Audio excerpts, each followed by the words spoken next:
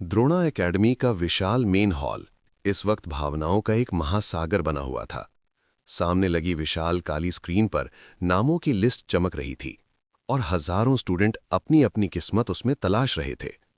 ध्रुवांश, सिल्वी, प्रज्ञा, कार्तिक और कौशल, ये पांचों दोस्त भीड़ में एक साथ खड़े थे, लेकिन उनकी धड़कनें अलग अलग रफ्तार से चल रही थीं। सिल्वी की नीली बड़ी बड़ी आंखें स्क्रीन पर सिर्फ एक नाम ढूंढ रही थीं, ध्रुवांश। उसे दुनिया से कोई मतलब नहीं था। उसे बस ये जानना था कि क्या वो इस खतरनाक मिशन पर अपने ध्रुवांश के साथ जा पाएगी या नहीं। उसकी नजरें टीम 2 की लिस्ट पर गईं, जिसके लीडर ध्रुवांश थे। उसने एक एक नाम पढ़ना शुरू किया, प्रज्ञा, कार्तिक, रोहन, लेकिन सिल्वी का नाम वहां नहीं था। सिल्वी का दिल बैठ गया। उसने घबराहट में बाकी टीमों की लिस्ट देखनी शुरू की और फिर उसे अपना नाम दिखा, टीम 3, लीडर कबीर। सिल्वी के चेहरे की रंगत उड़ गई।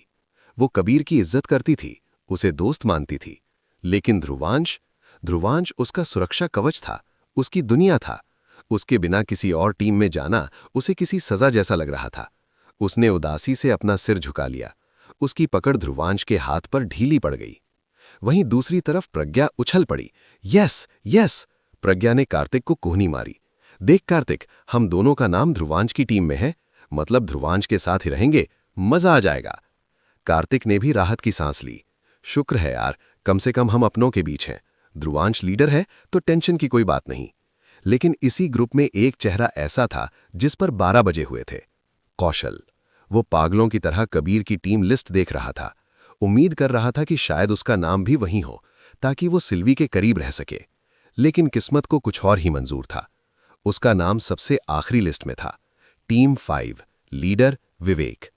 कौशल ने गुस्से में अपने दांत पीसे। विवेक उस अजनबी के साथ, और सिल्वी कबीर के साथ, और ये कार्तिक और प्रज्ञा मजे से ध्रुवांश के साथ रहेंगे। किस्मत भी मेरे साथ मजाक कर रही है। हॉल में सिर्फ ये 5 ही नहीं, बल्कि हजारों स्टूडेंट निराश थे। बहुतों का नाम लिस्ट में था ही नहीं। उनका सपना टूट चुका था। हॉल में फुसफुसाहट और रोने धोने की आवाजें बढ़ने लगीं। शोरगुल बढ़ता देख मंच पर खड़ी एम्परर आरना ने माइक अपने करीब किया। शांत, उनकी आवाज गूंजी और हॉल में सन्नाटा छा गया। आरना की नजरें भीड़ पर थीं। वो जानती थीं कि कई काबिल हंटर्स का दिल टूटा है। जिनका नाम स्क्रीन पर नहीं है, आरना ने सधे हुए स्वर में कहा, आपको अभी उदास होने या हार मानने की जरूरत नहीं है। द्रोणा कभी भी टैलेंट को नजरअंदाज नहीं करता। सबके कान खड़े हो गए। ये टीम सिलेक्शन द्रोणा के पिछले डेटा और रिकॉर्ड्स के आधार पर हुआ है, आरना ने समझाया। और हम मानते हैं कि डेटा में गलती हो सकती है। हो सकता है आप में से कोई ऐसा हो जिसने हाल ही में अपनी ताकत बढ़ाई हो, लेकिन रिकॉर्ड में वो अपडेट ना हो। आरना ने एक नई उम्मीद जगाई। तो अगर यहाँ कोई ऐसा है जिसे लगता है कि वो इन लिस्ट में मौजूद लोगों से ज्यादा पावरफुल है, जो मानता है कि वो इस मिशन पर जाना डिजर्व करता है, तो उसके लिए एक रास्ता खुला है। उसने अनाउंस किया, आप चैलेंज कर सकते हैं। टीम में चुने गए किसी भी मेंबर को, यहां तक कि टीम लीडर को भी चुनौती दे सकते हैं। अगर आप उन्हें हरा देते हैं तो उनकी जगह आपकी होगी। हॉल में जोश की लहर दौड़ गई।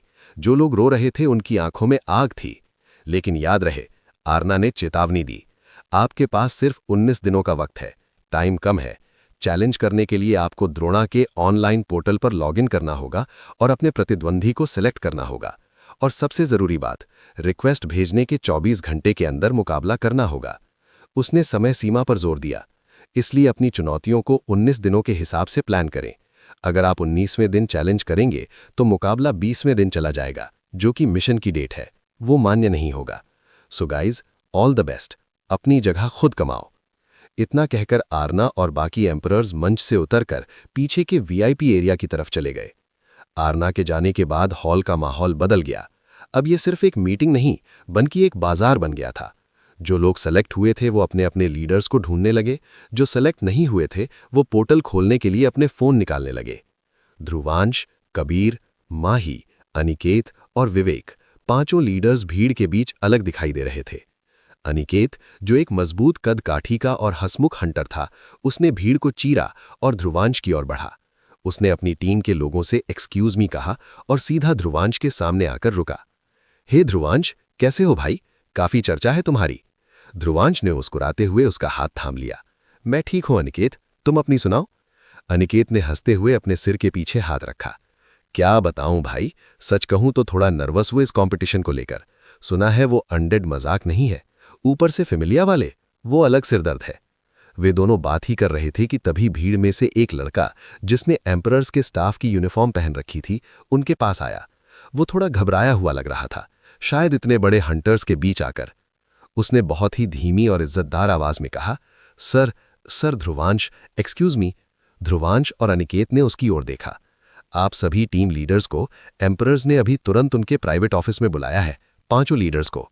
ये सुनते ही ध्रुवांश, कबीर, माही, अनिकेत और विवेक के कान खड़े हो गए।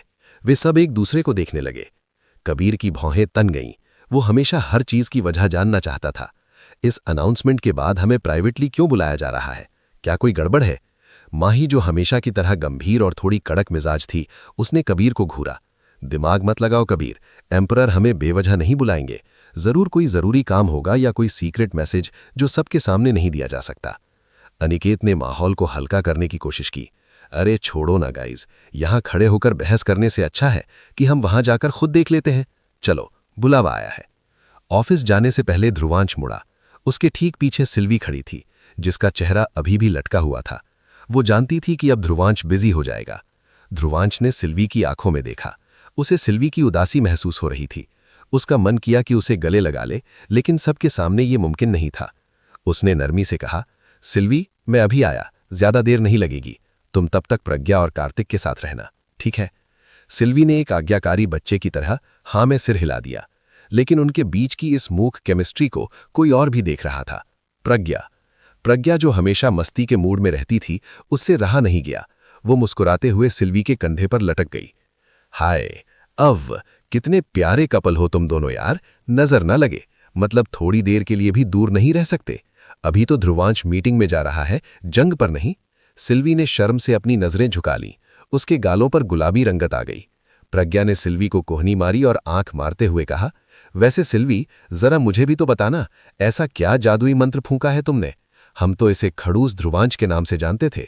ये इतना प्यारा, इतना कैरिंग कब से हो गया? हमें भी टिप्स दे दो यार। सिल्वी का चेहरा अब पूरी तरह लाल हो चुका था। वो कुछ बोल नहीं पाई, बस मुस्कुरा दी।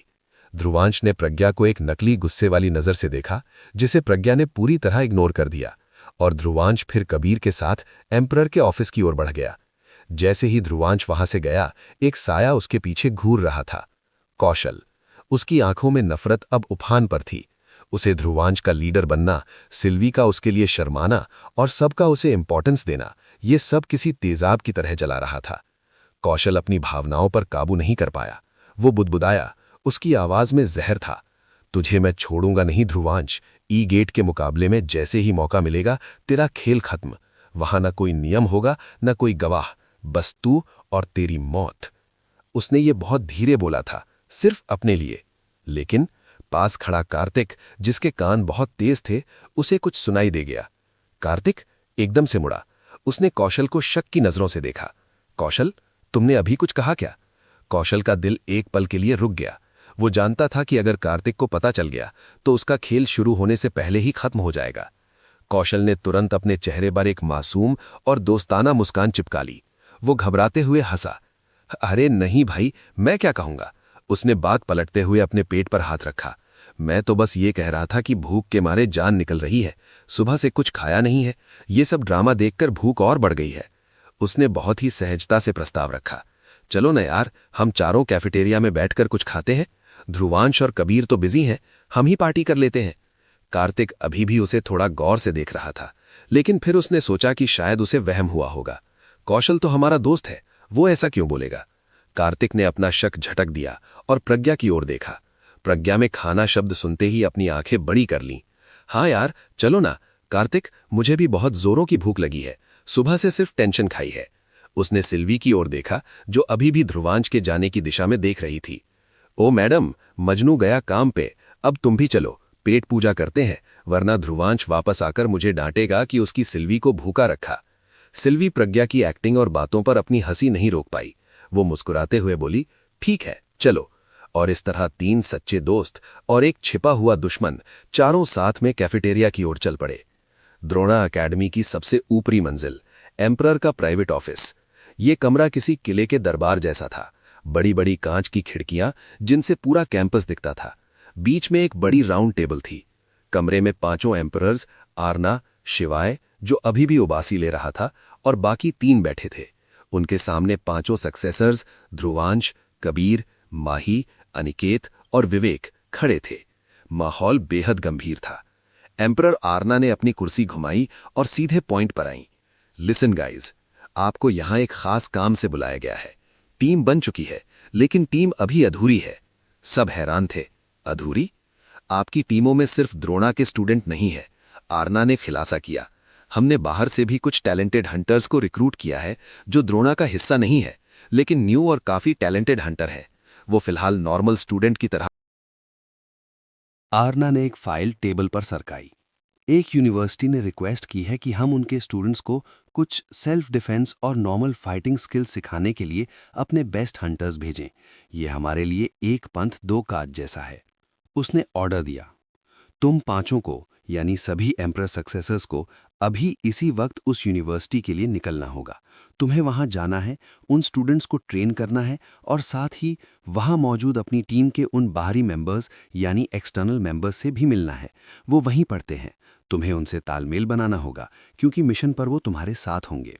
ध्रुवांश और कबीर ध्यान से सुन रहे थे। आरना ने गहरी सांस ली और उस जगह का नाम बताया।